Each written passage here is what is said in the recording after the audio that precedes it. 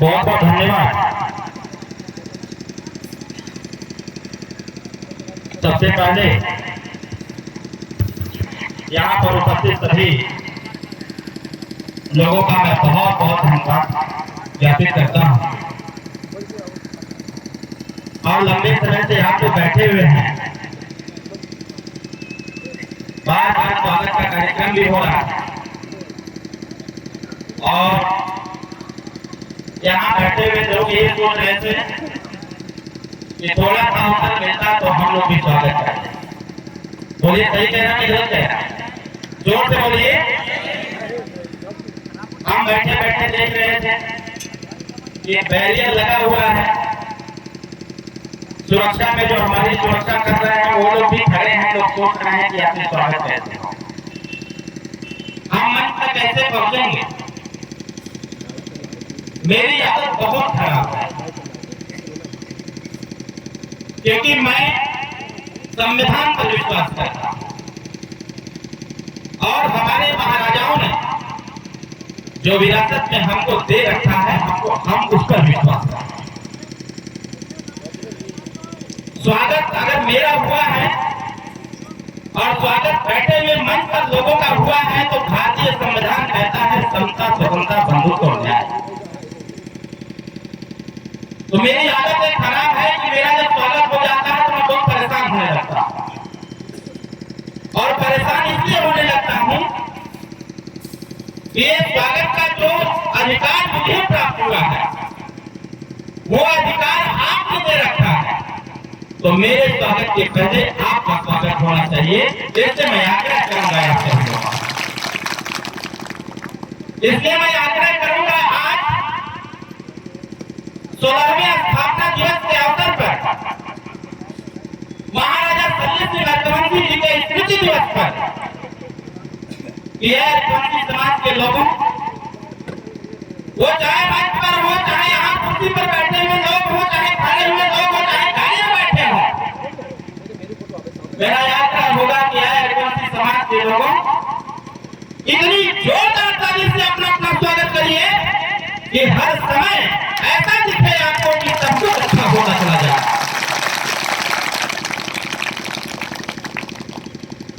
कुछ लोग सोच रहे होंगे कि ये अपना अपना ताली काहे बजवा रहे हैं भाई, लोग दूसरे के नाम पर ताली बजवाते हैं। मैं आया तो हमारे संचालक महोदय ने कहा कि डॉक्टर अरविंद राठौर जी आ गए हैं, जोरदार ताली बजा के स्वागत करिए। मेरे दिमाग में तुरंत वो चढ़ गया, हम नहीं, ये जनता आ गई है, जनता खुद की ताली बजा के अपना अपना स्वागत करे, क्योंकि लड़ाई अपने अपनी लड़नी है, इतिहास अपना अपना जगाना है, इसलिए हमको अपनी अपनी ताली बजाने की आवश्यकता है। बाबा साहब भीमराव अम्बेडकर साहब कहा करते थे कि जो समाज अपना इतिहास नहीं जानता, अपने बड़े बुजुर्गों की कदर नहीं करता, वो समाज देश में कभी तरक्की नहीं करता। मानव कांशीराम साहब कहा करते थे कि इतिहास तय करते हैं कि जिस समाज को समाप्त करना हो सबसे पहले उस समाज के इतिहास और समाज के नाम को समाप्त करना। अभी हमारे ओम प्रकाश रघुवंशी जी बता रहे थे कि अगर रघुवंशी समाज का नाम गांव छोड़ो, प्रदेश छोड़ो, देश छोड़ो, दुनिया में अगर किसने चर्चा में लाया तो उसका नाम ओम प्रकाश राठौर है। साथियों, जब मैं पढ़ता था आपके सैंडीला से एक व्यक्ति हमारे फेसबुक पर फॉलोअर था, मैं नहीं जानता था कौन सी समाज कौन होता है, मैं आपके इतिहास को नहीं जानता था। जब मैंने राजा सुहेलदेव राठौर जी के इतिहास को पढ़ा और जब मैंने पढ़ा कि जब लोकतंत्र में नहीं था, जब इस देश में संविधान नहीं था, जब इस देश में रियासतें हुआ करती थी, राजा और महाराजा हुआ करते थे, तो उस दौरान 585 राजा हुआ करते थे। मैं बताना चाहता हूं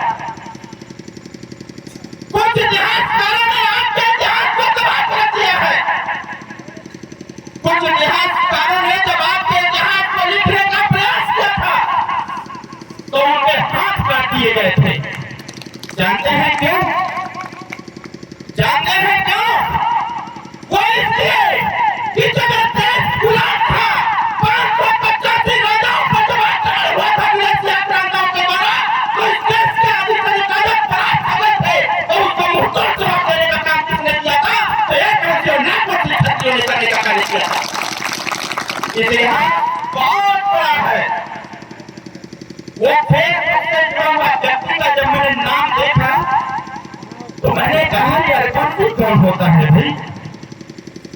मेरे फेसबुक फ्रेंड में ये अरकासी कहां से आ गया? मैंने मैसेंजर पर उससे बात किया और बात करके मैंने पाया कि अरकासी समाज की बहुलता बहुत ज्यादा है। जब उस बंदे से हमारी बात हुई तो उन्होंने कहा कि हम आपको फॉलो करते हैं और जब चक्रवर्ती सम्राट राजवीर राजभर महाराजा सुहेलदेव राजपूत जी का इतिहास बताते हैं तो इतिहास ऐसा लगता है कि मेरा इतिहास है।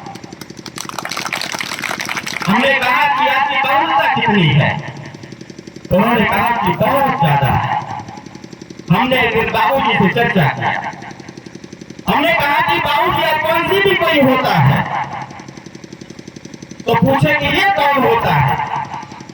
हमने कहा बाबूजी किताब मैं भेजू लाइब्रेरी से निकलवाता हूँ और इनके इतिहास को पढ़ने का मैं प्रयास करता हूँ। मैं इंटरनेट पर चेक किया। जब मैंने इंटरनेट पर चेक किया तो इंटरनेट पर भी कुछ नहीं था। फिर मैंने यूट्यूब पर सर्च किया तो यूट्यूब पर भी कुछ नहीं था। हमने कहा कि मैं नागवंशी और यार कौनसी, अगर मेरा इतिहास गौरवमयी है तो मेरा भाई है उसका भी इतिहास गौरवमयी होगा। अगर इंटरनेट पर नहीं है तो आने वाले समय में ऐसा काम किया जाएगा कि इंटरनेट छोड़ो देश की मीडिया भी खोलने का कार्य करेगी कि अरकासी समाज भी देश में रहता है। साथियों, मुझे याद है हरदोई में एक कार्यक्रम था और मैंने वहां अपना आपा खो दिया था। सुनील भाई गवाह है यहाँ, हो सकता है कुछ लोग यहाँ से गए होंगे। मैं वहां अपना आपा खो दिया था। मुझे नहीं पता कि अरकासी का इतिहास हमारे दिमाग में कहां से आ गया। और मैंने वहां जब भाषण देने का कार्य किया तो इतना आक्रामक भाषण दे दिया कि मेरे खिलाफ मुकदमा हो गया। मैंने इतना आक्रामक भाषण दे दिया। अरकासी समाज के इतिहास पर मैं कहीं नहीं पढ़ा था। पता नहीं मैंने माइक संभाला, अरकासी पर चर्चा किया, अपने आप दिमाग में आता गया, मैं बोलता गया और ऐसा माहौल बना दिया कि मैं कह देता कि अरकासी समाज के लोगों अपने हाथ में तलवार उठाओ, फिर से देश पे राज करने का समय आ गया। हमारे खिलाफ मुकदमा हो गया। लेकिन आज अभी बैठे बैठे मैं इंटरनेट पे सर्च कर रहा था। जब मैंने डाला अरकासी का नाम और सारे ब्राउजर को हमने देखा तो मैंने पाया हर जगह सुनील अरकासी, ओम प्रकाश राजभर, सुनील अरकासी, ओम प्रकाश राजभर, सुनील अरकासी, ओम प्रकाश राजभर, मल्ली सिंह अरकासी, सल्ली सिंह अरकासी, भीमा दारी, सब करना पड़ा। हमने कहा कि माननीय कांसी राम साहब ने कहा था कि अगर आपको अपना हिस्सा लेना है तो आपको अपने अतीत के बारे में जानना बहुत जरूरी है। वो 585 राजा में 165 राजा हम सभी लोग, हमारा कोट पीला ठंडा और हमारी रियासतें आज के लगभग 1000 साल पहले जो अपने दोनों हाथों से सोने का सिक्का बांटा करता था, आज यही दो हाथ मजदूरी करने पर विवश हो गया है। जिन दो हाथों से हम अपने प्रजा की रक्षा किया करते थे, अपने देश की रक्षा किया करते थे, जिन इसे हाथों से 80 किलो तक तलवार चलाया करते थे, आज इस लोकतंत्र ने ऐसा विवश कर दिया, इस देश के नेताओं ने ऐसा विवश कर दिया कि हमको आपको विवश होकर के गाली चलाना पड़ता है, मनरेगा में काम करना पड़ता है साथियों। लेकिन हम कभी भीख मांगते हुए नहीं पाए जाते। हम कभी भीख नहीं मांगते। ब्राह्मण भीख मांग लेगा, ठाकुर भीख मांग लेगा, यादव भीख मांग लेगा, लेकिन अरकासी समाज के लोगों, नागवंशी समाज के लोगों पूरे देश में अरकासी भीख मांगते हुए नजर नहीं आता है। यही तुम्हारा इतिहास है, गौरवमय इतिहास। क्योंकि कहा जाता है ये समय का चक्र है भैया, सुबह हुई है तो शाम होगा और रात हुई है तो उजाला भी होगा। अरकासी समाज के लोगों, अगर आपके समाज में अंधेरा था तो देखो प्रकाश ओम प्रकाश राजभर बन करके आया है, आपके इतिहास को आगे बढ़ाने का कार्य कर रहा है। उसका साथ देने की आवश्यकता है। मैं धन्यवाद देता हूँ अपने उन साथियों का जिन साथियों ने जय सुहेलदेव के साथ जय अरकासी बोलना सीख लिया। क्योंकि अपने बाप को बाप कहिए, दूसरे के बाबू अगर कहो तो मारी झाड़ू लेके दौड़ा। अपने बाप को बाप कहिए, और जिस दिन आप अपने बाप को बाप कहना चालू कर देंगे, अपने राजा को अपने राजा मानना चालू कर देंगे, अपने इतिहास को बताना चालू कर देंगे, मैं कह रहा हूं उसी दिन से आपका सम्मान हो जाएगा और आपका अधिकार मिलना चालू हो जाएगा, कोई आपको पीछे नहीं कर सकता। मैंने ये माना था कि अर्कवंशी नाम को उत्तर प्रदेश नहीं पूरे विश्व में छा देना है। आज एक पीला गमछा लगा के पूरे दुनिया के किसी कोना में चले जाओ, देखने वाले लोग हमेशा यही कहेंगे कि ओम प्रकाश राजभर की पार्टी के हैं, ये सुहेले वाले हैं।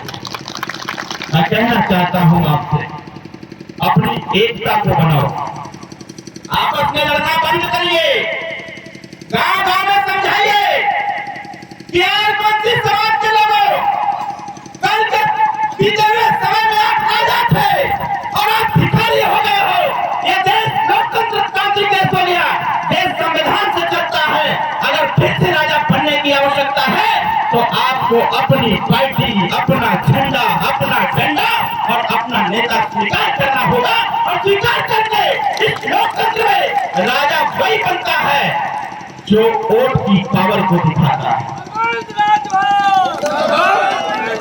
बोलिए, सही कह रहा हूं कि गलत कह रहा हूं?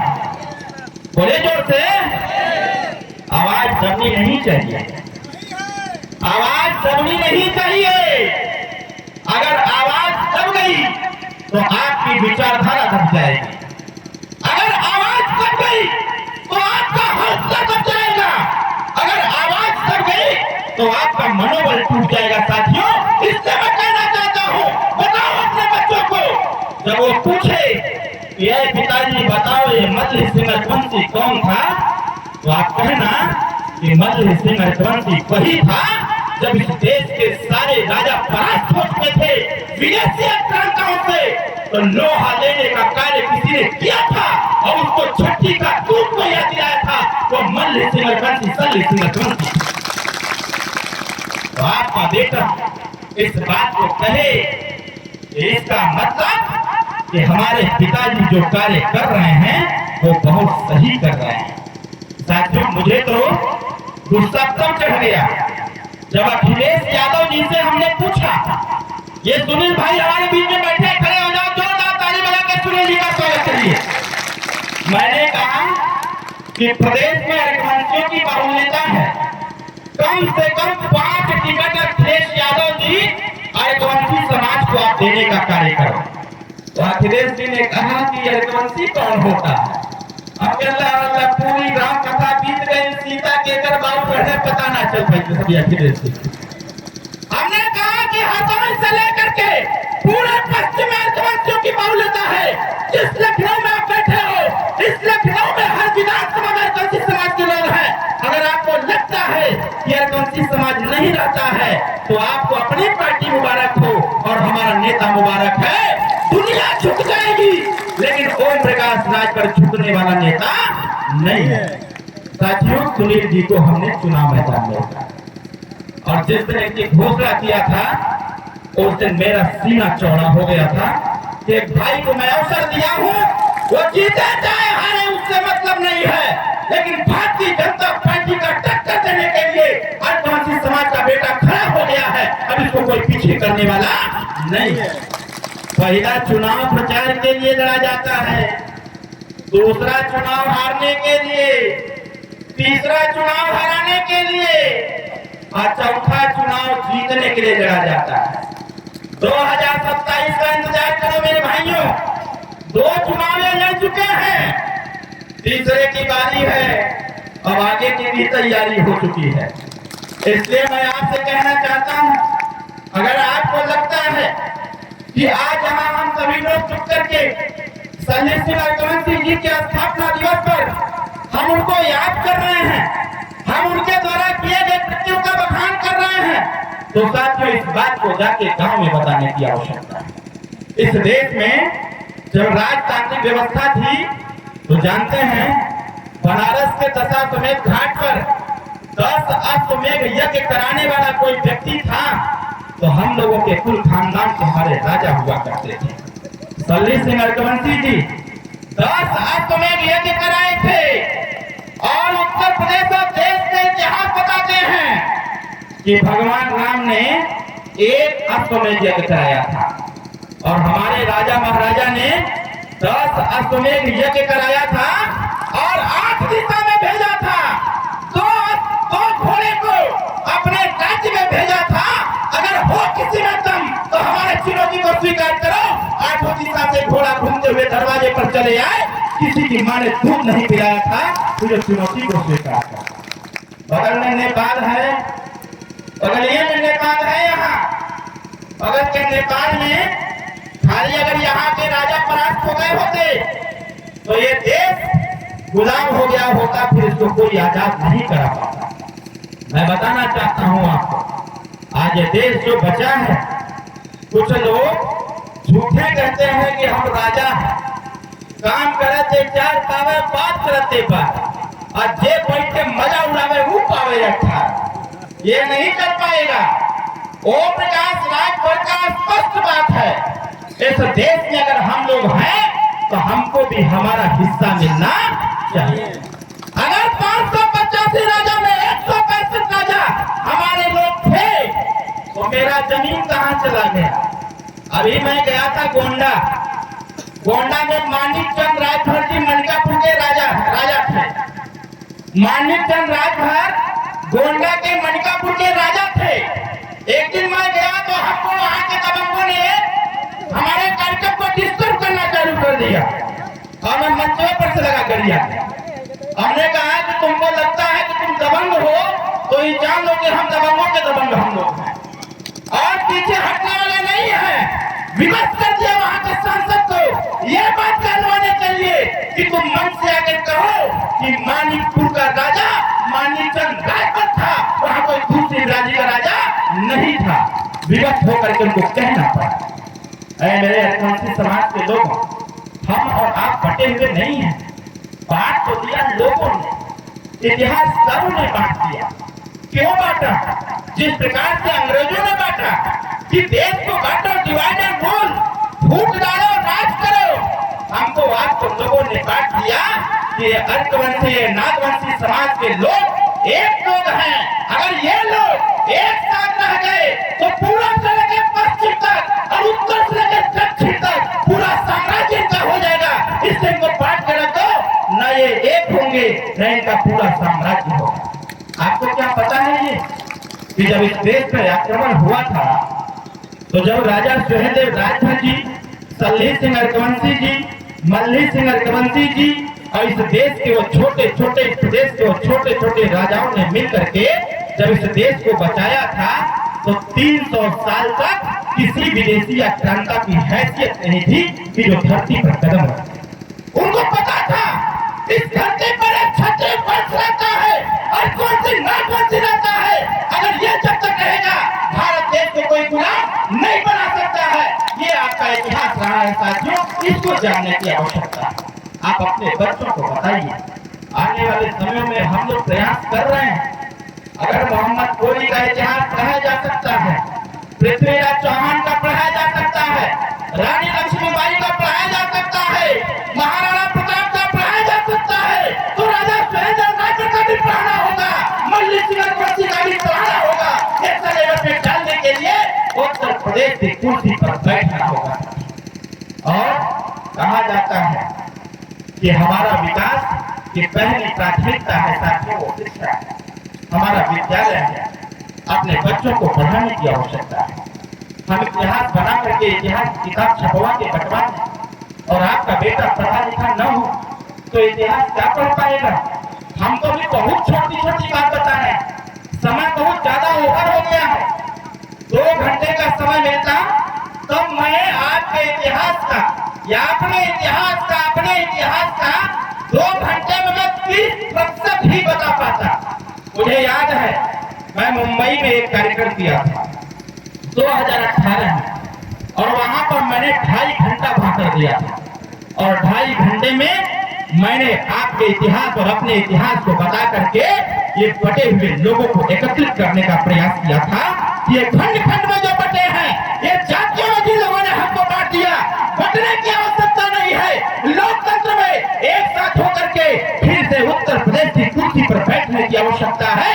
अगर उत्तर प्रदेश कुर्सी पर बैठ गए तो मुझे पूरा विश्वास है एक वो भी समय आएगा कि देश के कुर्सी पर कोई अर्कवंशी, नागवंशी, क्षत्रिय का बेटा बैठेगा। साथियों, इसे कोई कहने में अतिशयोक्ति नहीं, क्योंकि देश का गजेटियर भी यही कहता है। देश का गजेटियर भी यही कहता है। हमारे इजहार भाई हैं, खड़े हो जाइए इजहार भाई, जोरदार ताली बजा करके स्वागत इजहार भाई का। इजहार भाई मुस्लिम कम्युनिटी से आते हैं। इनका इतिहास है ऐने अकबरी, उसमें भी दर्ज है कि जब तक इस धरती पर ये वंश समाज के लोग रहेंगे, मूल समाज के लोग रहेंगे, नागवंशी, अर्कवंशी, क्षत्रिय रहेंगे, तब तक भारत देश को कोई गुलाम नहीं बना सकता है। इससे कोई भी युद्ध नहीं हो सकता है। अगर युद्ध होगा और उसका बहुत भयानक परिणाम हो। साथियों, मैं आपको बताना चाहता हूँ, अगर आप चाहते हैं मान, सम्मान, स्वाभिमान, हक, हिस्सा, अधिकार और अपना इतिहास चाहते हैं साथियों, तो आपको एकजुट होकर के रहने की आवश्यकता है और अपने बच्चों को बताते रहिए, उनको पढ़ाते रहिए और उनको एकत्रित किए रहिए। मैं कह रहा हूँ ज्यादा दिन नहीं, आने वाला समय ऐसा समय हो रहा है साथियों कि उत्तर प्रदेश की सत्ता आपके हाथ में होगी, इसकी बागडोर आपके हाथ में होगी। आप इधर जाओगे उधर व्यवस्था बदल जाएगा। इससे मेरा आग्रह आपसे है, छोड़ो दुनियादारी, छोड़ो लोगों की बातों को। बस एक बात का ध्यान रखिए कि अगर इस देश में हम लोग हैं तो हमको जब तक हिस्सा अधिकार नहीं मिल जाएगा तब तक चैन से बैठने वाले हम लोग नहीं। साथियों, मुझे तकलीफ तब हुई थी, जब मुझे ये पता चला था कि अर्कवंशी समाज, जब मैं इधर आके घूमना चालू किया, सीतापुर, हरदोई, शाहजहांपुर, पीलीभीत, जब मैं घूमना चालू किया तो मैं कहा कि इतनी संख्या में लोग हैं और उस गांव का प्रधान अर्कवंशी समाज का बेटा है। जहां पर 2000 की आबादी, वहां पर अर्कवंशी प्रधान नहीं है। मैंने बाबूजी से कहा कि बाबूजी कुछ युक्ति लगाया जाए और अर्कवंशी समाज में जब तक राजनीति नहीं आएगी तब तक ये समाज एकत्रित नहीं होने वाला है। मुझे खुशी इस बात की है कि इस मंच पर हमारे प्रधान जी लोग बैठे हुए हैं जो अर्कवंशी समाज से हैं। ये समाज के सम्मान को आगे बढ़ा रहे हैं। अगर सुनील भाई जीत क्या होता तो उत्तर प्रदेश की विधानसभा में एक अर्कवंशी समाज का बेटा पीला गमछा लगा कर जीतता और पूरा देश देखता। यही वो लड़का है जो उत्तर प्रदेश के हरदोई विधानसभा के कैंडिडेट से जीत करके आया हुआ। साथियों, घबराने की भी कोई आवश्यकता नहीं। आपका जो नेता है ओम प्रकाश राजभर, वो भोले बाबा है, वो सब माफ कर देते हैं। और आने वाले समय में अगर अवसर मिलता है राजनीति में स्थापित होने का तो अर्कवंशी समाज का बेटा स्थापित होगा। ये मैं कह रहा हूँ साथियों, वो भी मंत्री बनेगा, क्योंकि ओम प्रकाश राजभर जो वादा कर देते हैं उससे मुकरते नहीं हैं। नेताजी ने कहा है कि हेलीकॉप्टर से अर्कवंशी का बेटा हरदोई के क्षेत्र में आएगा, लखीमपुर में आएगा, तो मैं कह रहा हूँ अर्कवंशी का बेटा हेलीकॉप्टर से जरूर आएगा और देश के लोग भी देखेंगे। इसलिए साथियों, मैं बहुत बहुत धन्यवाद देता हूँ आपको और एक आग्रह आपसे करूंगा, अगर आपको लगता हो कि हमें अपने हिस्से की लड़ाई लड़नी चाहिए तो जरा मुझे बताने का कार्य करिए। बताइए, लड़ाई होनी चाहिए कि नहीं होनी चाहिए? दोनों हाथ उठा के बताइए कि होनी चाहिए। साथ देंगे आप लोग? अभी 17वां मना रहे हैं हम लोग। जब 17वां मनाया जाएगा तो 17वां का माहौल बहुत दूसरा होगा। मैं आपको छोटी सी घटना बताता हूँ। जब राजा सुहेलदेव जी की जयंती हम लोग मनाते थे तो तमाम लोग कहते थे कि ईद उनका करत हुआ।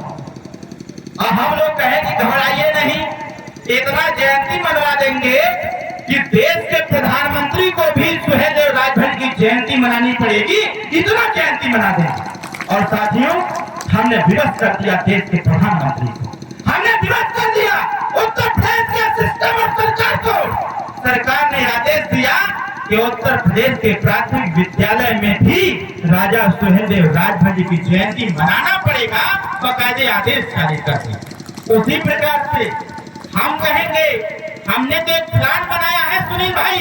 एक दिन बाबूजी से चर्चा हो रही थी, अभी सावधान रथ यात्रा लेके 1.5 महीना हम लोग घूमे हैं। हमने इनसे एक प्लान बनाया था कि सुनील भाई जब सारे भगवान की पूजा हो सकती है तो सल्ली सिंह रघुवंशी भगवान की भी पूजा होनी चाहिए। और हमने इनसे कहा कि चलो व्यवस्था मैं करता हूँ, मूर्ति मैं बनवाता हूँ, गाड़ी मैं देता हूँ, व्यवस्था मैं करता हूँ और सल्ली सिंह रघुवंशी जी की मूर्ति बना करके गांव गांव में लेके चलते हैं और सबसे कहते हैं अगर शंकर भगवान की पूजा करते हो, दुर्गा माता की पूजा करते हो, गणेश भगवान की पूजा करते हो तो सल्ली सिंह रघुवंशी भगवान की भी पूजा करो। इनकी पूजा करने से तुम्हारा इतिहास आगे बढ़ेगा, बच्चे जानेंगे, महिलाएं समझेंगी, बच्चियां समझने का कार्य करेंगी। साथियों, इसलिए मैं आपसे आग्रह करता हूँ, आप अपने घर में अगर पूजा करते हैं, अगर आपने शंकर भगवान की फोटो लगा रखी है, दुर्गा माता की फोटो अगर आप लगा रखे हैं तो उसी फोटो के बगल में सल्ली सिंह मल्ली सिंह रघुवंशी की फोटो लगा करके उनकी भी पूजा करिए। उनकी पूजा करने से आपका सम्मान बढ़ेगा और आप इतिहास के बारे में बताइए सही कह रहा हूँ कि गलत कह रहा हूँ। तो कितने लोग करेंगे इस चीज को? जरा हाथ उठाइए। सभी लोग करेंगे? हाथ नीचे करिए। जब आप चालू कर देंगे ना, एक समय वो आएगा कि देश के प्रधानमंत्री दिल्ली में बैठ करके सल्ली सिंह रघुवंशी जी के तस्वीर पर माला चढ़ाएंगे, फूल चढ़ाएंगे और फिर बताएंगे कि असली नायक यही थे जिन्होंने इस देश की रक्षा किया, जिसने इस देश की लुट रही मां बहनों की इज्जत को बचाने का कार्य किया था, जिसने देश की संस्कृति सभ्यता को बचाने का कार्य किया था। जब तक इनके सिद्धांतों पर देश नहीं चलेगा तब तक देश का विकास होने वाला नहीं है। हम चाहते हैं कि देश के प्रधानमंत्री ऐसी बात को, और ये तभी बोलेंगे जब आप अपने यहाँ से चालू करें। अगली बार से जब भी कोई कार्यक्रम अगली 17वीं जब आएगा स्थापना दिवस, तो ये मेरा आग्रह आप सभी लोगों से होगा, खास करके नौजवान भाई आपसे है।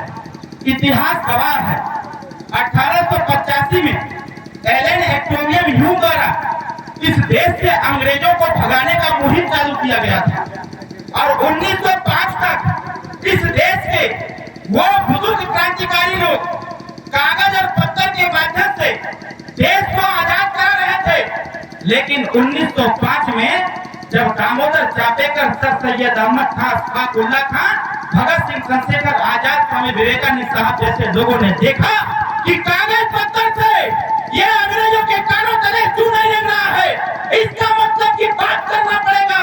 और भगत सिंह ने कहा कि राष्ट्रपिता महात्मा गांधी जी, आपको लगता हो कि देश कागज और पत्थर से आजाद हो सकता है तो आप कागज का इस्तेमाल करो, मुझे लगता है कि देश गोली और बंदूक और तोप से आजाद होगा, मैं उसका इस्तेमाल करूंगा। और साथियों, 1905 में गरम दल और नरम दल की स्थापना हो गई।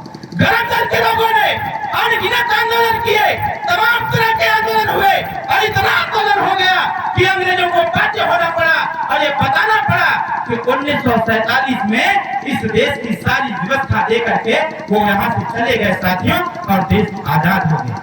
उसी प्रकार से अगर आप चाहते हैं आजाद होना, मैं तो कहता हूँ ऐ स्वतंत्र भारत के गुलाम नागरिकों, अगर आप आजाद होना चाहते हैं तो सुहेलदेव भारतीय समाज पार्टी के उस फार्मूले को समझ लो जो माननीय ओम प्रकाश राजभर पूरे उत्तर प्रदेश में बताने का कार्य करते हैं कि सुहेलदेव भारतीय समाज पार्टी की स्थापना इस बात को लेकर के हुई थी कि गुलामों को गुलामी का एहसास कराकर उनके पैरों में जकड़ी हुई बेड़ियों को तोड़ना सुहेलदेव भारतीय समाज पार्टी का मकसद है। साथियों, आप गुलामी की जंजीर को तोड़ो और तोड़ करके अपने बाप को बात कहो, जय सुहेलदेव, जय हरवंश कहो और जय हरवंश करके आगे बढ़ चलो। आने वाला समय साथियों हमारा आपका होगा। मैं बहुत बहुत धन्यवाद देता हूँ और आप सभी लोगों से आग्रह करता हूँ कि आप सभी लोग अपने अपने घरों में अपने भगवान की पूजा करिए, उनकी चर्चा करिए। जब आप चालू कर देंगे साथियों तो वह दिन दूर नहीं है कि देश की सरकार भी बाध्य होगी और वो भी आपके बच्चों के सिलेबस में सल्ली मल्ली रघुवंशी जी का चैप्टर देने का कार्य करेंगे, इतिहास बताने का कार्य करेंगे और इतिहास के साथ साथ हर स्कूल में आदेश हो जाएगा कि जितने महापुरुष हैं जिन्होंने देश की रक्षा किया था, जिन्होंने देश को एकता अखंडता का परिचय दिया था, लोगों का स्कूल में पूजा होनी चाहिए, वो भी हो जाएगा। फिर हमको आपको ज्यादा मेहनत करने की आवश्यकता नहीं होगी। मैं फिर से मंच पर उपस्थित सभी लोगों का मैं बहुत बहुत धन्यवाद देता हूं और सबसे ज्यादा धन्यवाद देता हूं जो फिल्म बन रही है उसके स्क्रिप्ट राइटर को। हम चाहेंगे कि जो स्क्रिप्ट राइटर हैं कृपया आप सामने आ जाए। मैं धन्यवाद देता हूं उनको कि ये बड़ा इतिहास होने जा रहा है। इतिहास एक चैप्टर ये है। जोरदार ताली बजा करके स्वागत करिए, क्योंकि ये समाज के लोग हर प्रकार से प्रयास करते हैं। हम अपनी बात को आपके माध्यम से, अपने माध्यम से रख रहे हैं, ये चलचित्र के माध्यम से रख रहे हैं। आपके कुछ पढ़े लिखे लोग हैं जो कापी किताब माध्यम से लिख करके आपको देते हैं, और कुछ लोग वीडियो बना करके देते हैं, कुछ लोग गाना गा करके देते हैं। तो साथियों, इस समाज की तरक्की के लिए जिसको जो भा रहा है उसका प्रयोग करके समाज को तरक्की के रास्ते पर लेकर के जा रहा है। और अगर ये हो जाए, सामूहिक कार्य अगर चालू हो जाए जिस समाज में, तो उस समाज के विकास के रास्ते पर कोई बाधक नहीं बन सकता है। इससे मैं कहना चाहता हूँ, पूरी ताकत झोंकिए आप लोग, अपने बच्चों को पढ़ाइए लिखाइए, बच्चों को पढ़ाइए लिखाइए। आने वाला समय हमारा और आपका है। मैं फिर से सभी लोगों को बहुत बहुत धन्यवाद देते हुए अपने वाणी को विराम देता हूँ और मंच पर बैठे सभी लोगों का आभार प्रकट करता हूँ। संगीत के जो हमारे कलाकार लोग हैं उनको भी धन्यवाद ज्ञापित करता हूँ। जो फिल्म का निर्माण हो रहा है उसमें जितने कलाकार हैं सभी लोगों का बहुत बहुत धन्यवाद देता हूँ। लखीमपुर के कार्यकर्ताओं का बहुत बहुत स्वागत करता हूँ, बहुत बहुत धन्यवाद देता हूँ। बगल के जनपद सीतापुर से चल करके आए हमारे पदाधिकारी हैं, उनका भी धन्यवाद देता हूँ। और इस कार्यक्रम को सफल कराने में वो हमारी पार्टी के इधर खड़े हुए हमारे कार्यकर्ता हैं, जोरदार ताली बजा कर स्वागत करिए। राजेश भैया का मैं धन्यवाद देता हूँ, हमारे अमरमणि कश्यप जी का धन्यवाद देता हूँ, योगेंद्र चक्रवर्ती जी का धन्यवाद देता हूँ, डॉक्टर मनोज जी का धन्यवाद देता हूँ, राममूर्ति भैया का धन्यवाद देता हूँ, अखिलेश चक्रवर्ती जी का, मतलब यहाँ पर उपस्थित सभी लोगों का मैं बहुत बहुत धन्यवाद देता हूँ, बहुत बहुत शुभकामनाएं देता हूँ। हम आपके बीच में आते जाते रहेंगे। इन्हीं चंद शब्दों के साथ मैं अपनी वाणी को विराम देता हूँ। जय सुहेलदेव, जय एकांत, जय युवा शक्ति। सभी लोग खड़े होकर खड़ा हो जाए, सभी लोग खड़े हो जाए।